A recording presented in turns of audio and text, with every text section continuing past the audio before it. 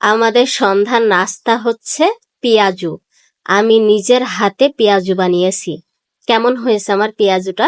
সবাই কমেন্ট করে জানাবেন। আর এইটা জানেন না, যেমন মসমসা হয়েছে, একদম এতটাই ক্রিস্পি, মানে খেতে অসাধারণ। আর সাথে আমি সস নিয়ে নিয়েছি। আর এই পেঁয়াজুটায় আমি একটু কাঁচামরিচটা বেশি দিই, তাহলে ভাজা ভাজা কাঁচামরিচ যখন গালে পড়ে, বিশ্বাস করেন, এতটা মানে লোভনীয় আর এতটাই মজা, সেটা বলে বোঝানো যাবে না।